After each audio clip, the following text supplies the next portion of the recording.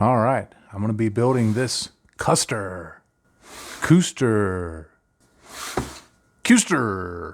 however you say it. I'm going to be building this thing.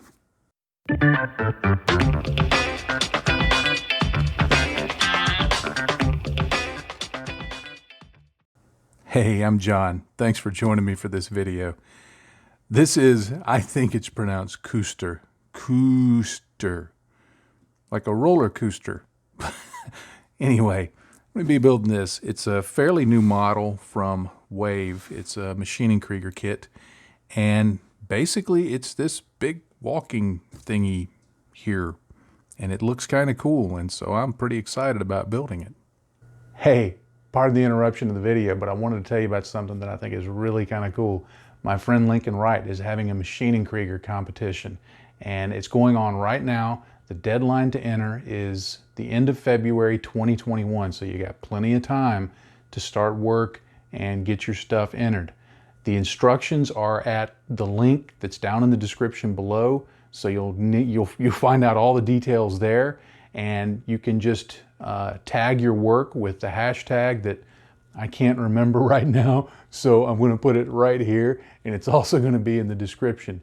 But be sure and check that out. If you're not familiar with Wright's work, he was a studio artist for many years with Yokoyama, who is the creator of Maschinen Krieger. So he's into Maschinen Krieger like you wouldn't believe.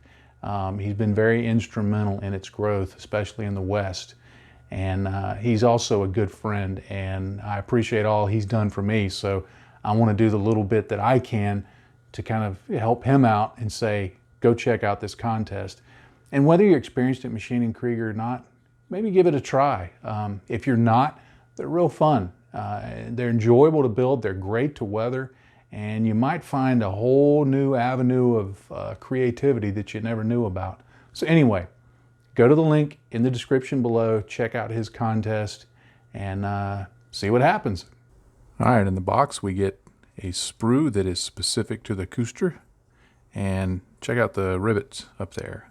I like the way they do those. They're easy to cut off and look really cool when you glue them on, but parts casting is really nice on these Wave models.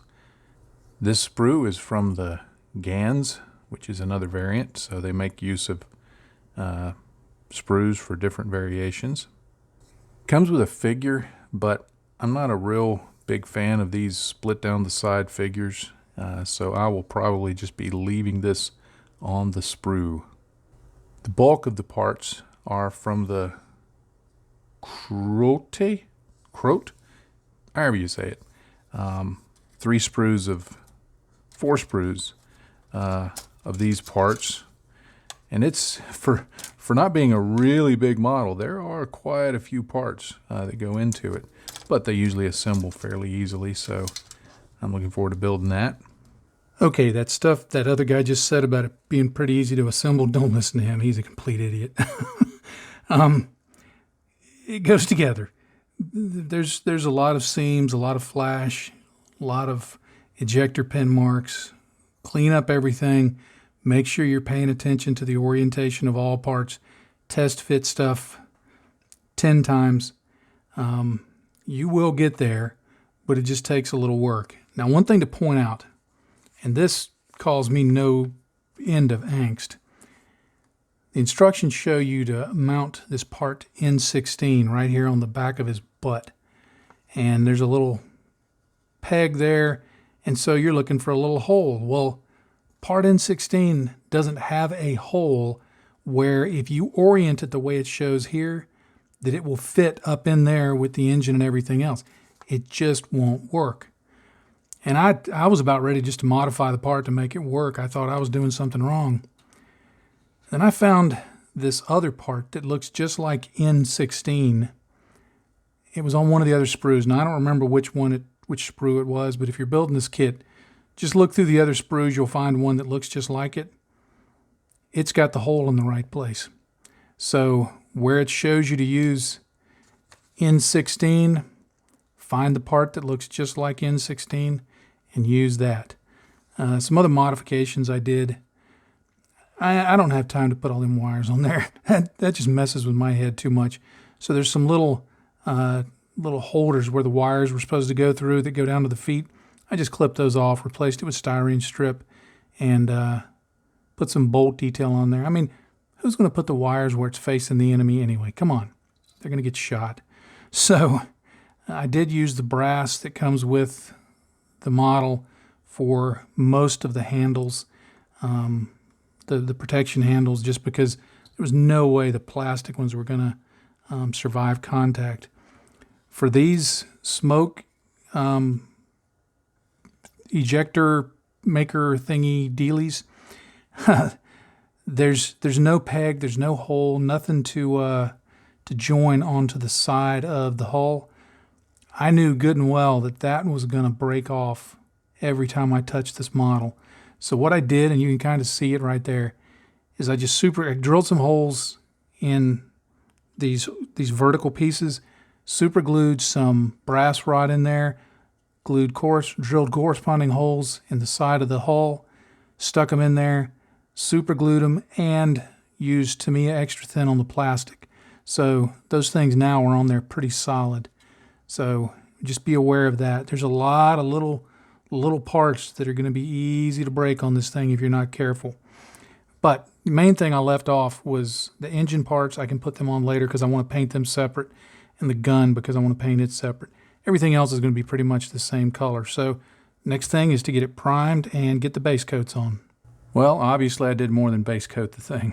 I won't bore you with the details, but I've had a day full of technical problems, not only with my camera, but with my airbrush. And then I've just induced some problems all my own that eventually I just said, I just need to get the doggone thing painted, and then I'll just talk about it. So here's what I did. The base color, the light gray, is 2 parts, or rather, it's equal parts of Tamiya XF80, which is royal light gray, and XF2 white, just to make a very light gray. I added just a touch of XF18 medium blue. I mean, literally like a toothpick drop of it. And I was mixing it in a bottle, so I've got about half a bottle of that paint still left. So it's just a very nice light gray color. Painted the whole model in that. I was going to shift into doing the camouflage color, and then I decided, you know what, I want some stripes on this thing. So I grabbed out my Tamiya yellow, added just a little bit of Tamiya red. I rough sprayed a stripe on here, rough sprayed this to cover that, and then I went back in. I masked off the stripe and the piece of armor. I went back in with my light gray, covered up the overspray, and then the darker gray is Tamiya XF63 German grade, nothing mixed with it, just straight out of the bottle. And I just thinned that down and did a freehand camo job around the model with that. And in a few places it's a little patchy, but because of later weathering techniques, I'm not really worried about how that turned out. But this is the this is the painted model. And again, I apologize for not showing that process. My intent had been to show painting the camo, but I literally restarted and repainted this thing 3 times trying to get that done. But between my eyesight, my shaky hands trying to work around the camera and have my optivisor on, it just wasn't working. So here it is. Hopefully the next step will be just a little easier. I'm going to get on the decals. All right, I'm ready to put on a decal. I've already been doing some of them. You can see I've got some of the stencils on there, and I've even got the number there on the side. And but I still want to show this. I find that no matter how many videos I do where I show putting on a decal, virtually every one of them I get some kind of feedback, either in the comments or a personal message, that just says, thanks for showing that. That helped me. So I always continue to show them each time. So I've got this decal that I want to put on the side here. And what I'm going to do is I'm going to first take this micro set and put a little on as a pre-treatment for where the decal will go, to just get the surface good and wet. And if you're putting this on a gloss surface, it's going to bead up. That's okay, because once you put the decal over it, it will spread out. But I'll just put this here, and I probably should have dipped my decal in water first because that may evaporate, but if so, I'll deal with it. But I'm going to take my decal, hold it with some tweezers by one corner, like that, and I'm dipping it off camera. I'm dipping it in some hot water.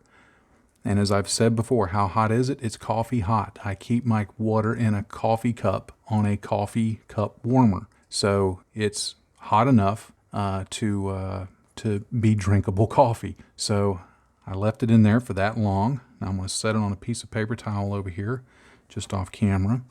And I'm going to look and make sure. Let me put a little bit more of the setting solution on.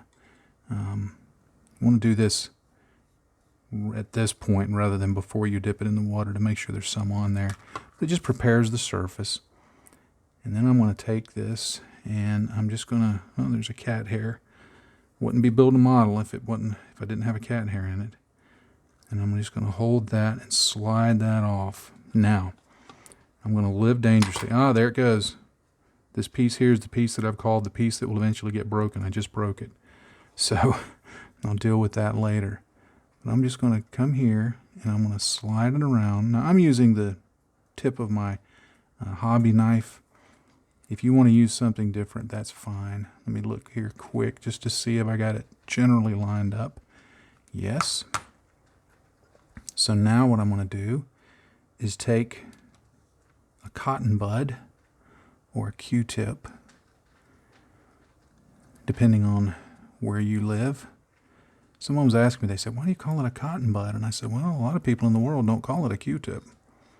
But if I say cotton bud, everybody knows what I'm talking about.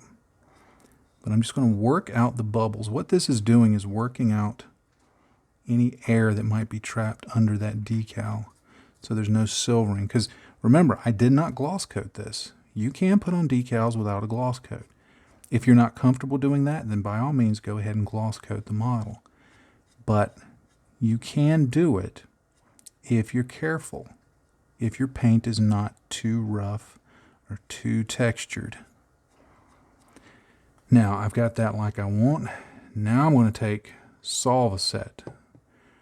Now Microset has a twin, not a twin, but I guess you'd say a cousin or a brother named Microsol, and it's supposed to be put on over the top of the decal, but I like using solve-assembly because I find it just works a little better, in my opinion. Now, if you've got something else you like using, certainly continue doing so. But I'm just going to put this on very liberally over it. I'm not going to be precious about it. It's not going to hurt the paint finish. And once you get a good coat of it on there, leave it be.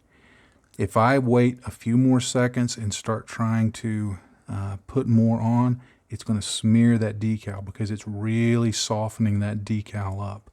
So I'm going to give that just a little bit of time to dry, and then I'm going to show you a further step you can do that will help your decals. All right, I've given that, maybe 10-15 minutes to dry while I worked on some other decals. Now what I'm going to do is I'm going to take my knife, my X-Acto knife, and I'm going to go in there to that panel line, and I'm just going to drag it gently through, basically cutting the decal. Now, I always change my blade before I do this. You want to make sure you have a good sharp blade for this. And you may have to take it in little segments so that you're not cutting outside of the line. But all I'm going to do here is make it so that it looks more realistic. The setting solution, in theory, is supposed to make it pull down into those panel lines, but it doesn't always do it. Now you have to be careful, and you can see I just made a mistake, but that's what weathering's for. Now if it pulls some up like that, don't worry about it. If you're trying to build a clean model, you can touch it up with paint. If you're trying to build a weathered model, that's just chipping. But what I've done is I just sliced into those. Now I'm going to go back over those slices with my setting solution. Get back there. There. And what that's going to do is it's going to pull that decal down into the recess much better. Now you may have to do it a couple of times, but eventually you'll get a really nice look to it, and it will look like that panel is separate and that it was painted over. It won't look like a flat thing is placed on it, which is going to make it look toy-like, but rather it's going to make it look organic to the whole thing, and you'll be able to add a wash in there and everything like that, and it'll look good. So that's a simple technique you can do anywhere there's panel lines or raised areas or rivet detail or anything around a decal like that where it's not a completely flat surface, that you can make it conform to the surface much better. All right, with that panel line firmly looking like an actual panel line, what I'm going to do is I'm going to stick just a few drops of matte medium. It's just basically paint without pigment. And I'm just going to paint a little bit of it over the line where it goes through the decal, and maybe a little north and south of it, and east and west on this one. And what that's going to do is it's going to seal the line in.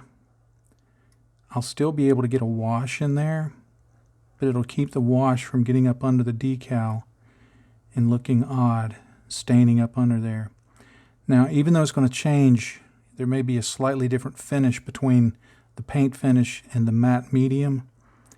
Once I start weathering, it'll cover that up, so I'm not worried about that in the least. But I'll just give that a few minutes to dry. While that's drying, I'm going to paint these cables that come out of the smoke dischargers with Vallejo black gray. There are also some details around the model that I want to paint silver, so for this I'm going to use Citadel's Lead Belcher.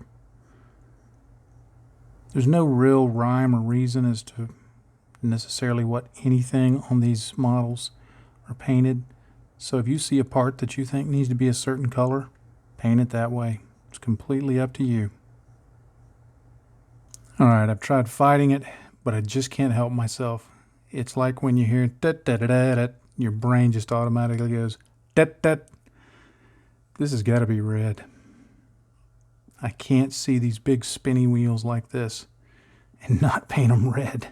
I based all of the engine parts in Tamiya gunmetal, which is a gloss color. Now I'm going to go in and just apply a heavy coat of Nuln Oil to start bringing out the shape of it and just to dull that down a bit. I'm also going to apply a heavy coat of Nuln Oil to the springy boingies on either side. I want to add a dot filter to the model, so I'm going to start applying some oils to it.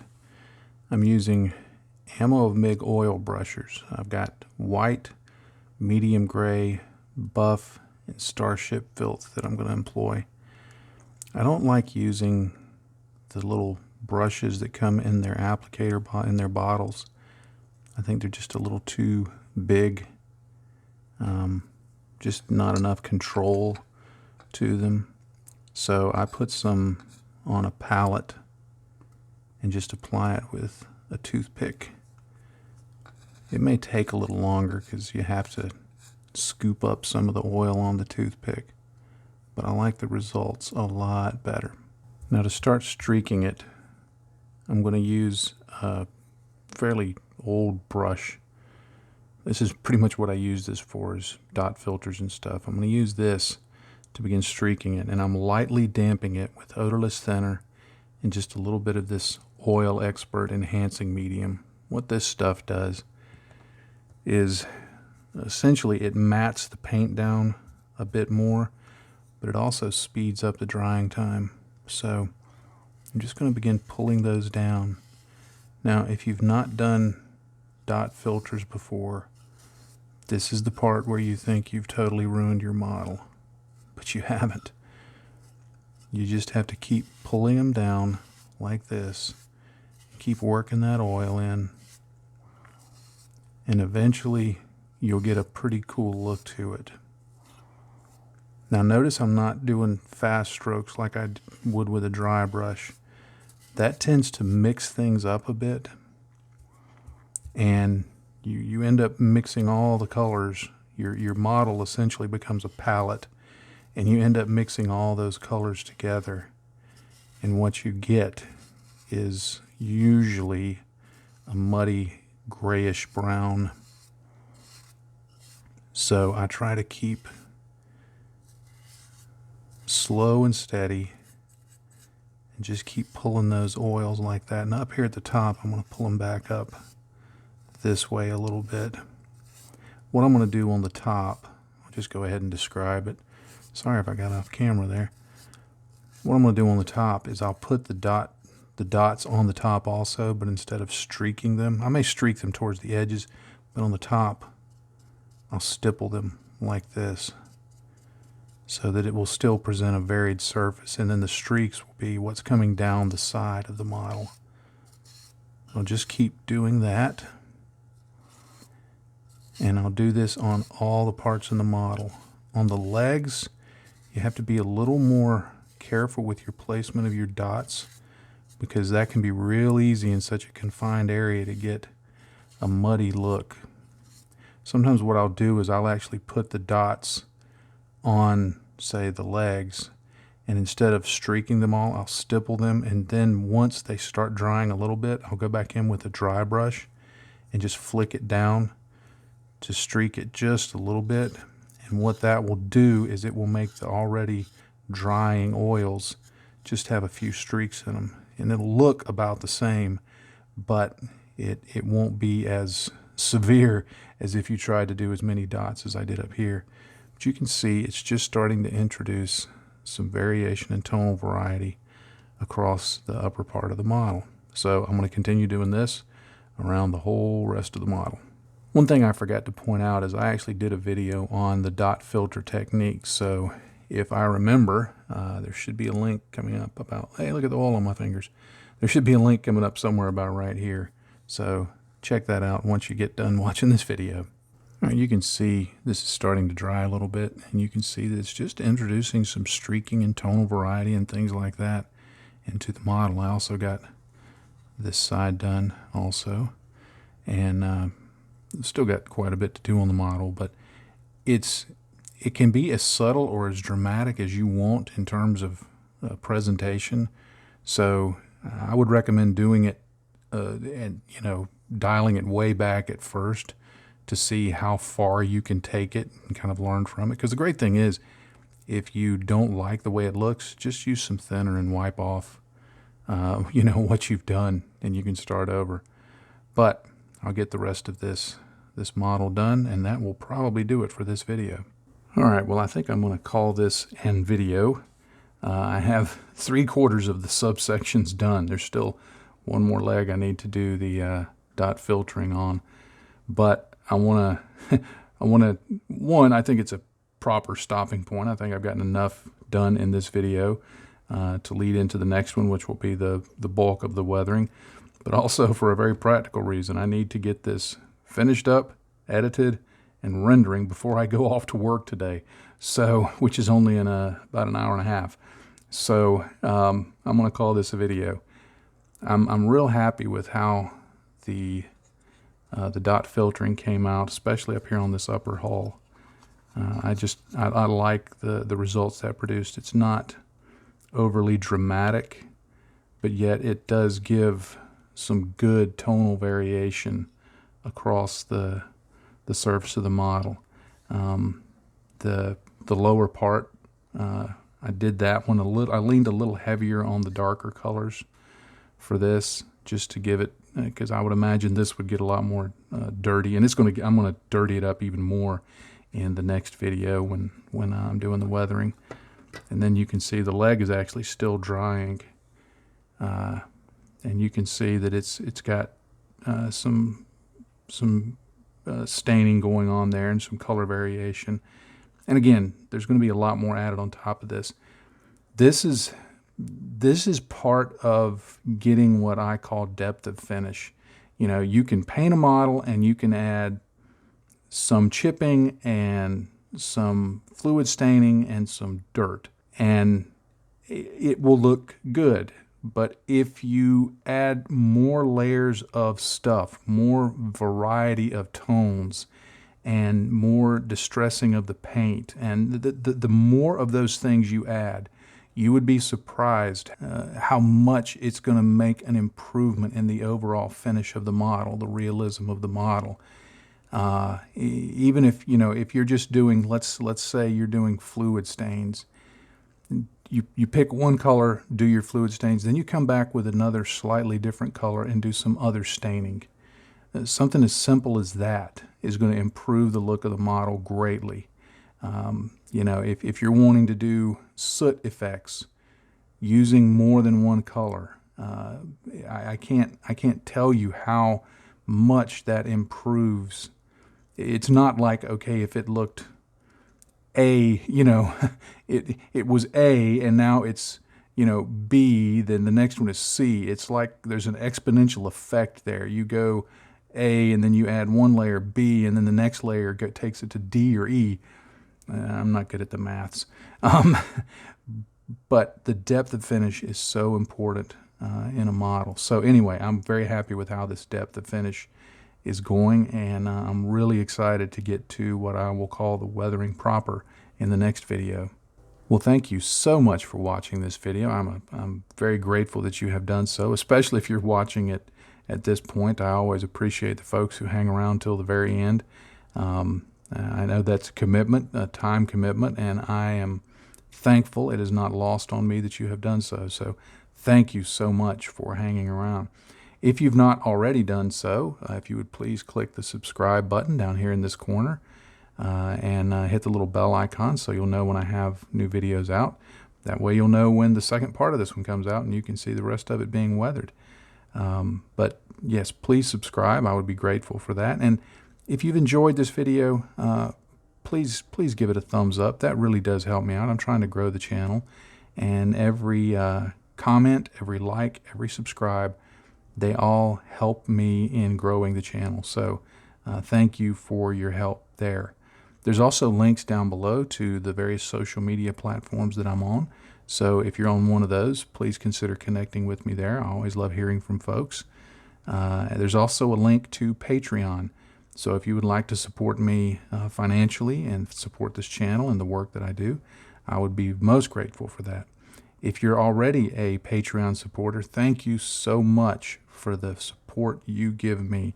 It is a blessing to me. It's a blessing to my family because this allows me to work in a way that I would not otherwise work. We just couldn't afford for me to do it at the pace that I do it with the materials and the kits and the things that I do. If it weren't for Patreon, I'd have to cut way back. So thank you very much for your support in helping to bring this content onto YouTube. And as I always like to do, I'll leave you with one final thought. In this hobby, if you're not having fun, you're doing it wrong. Happy day to you, friends. Bye-bye.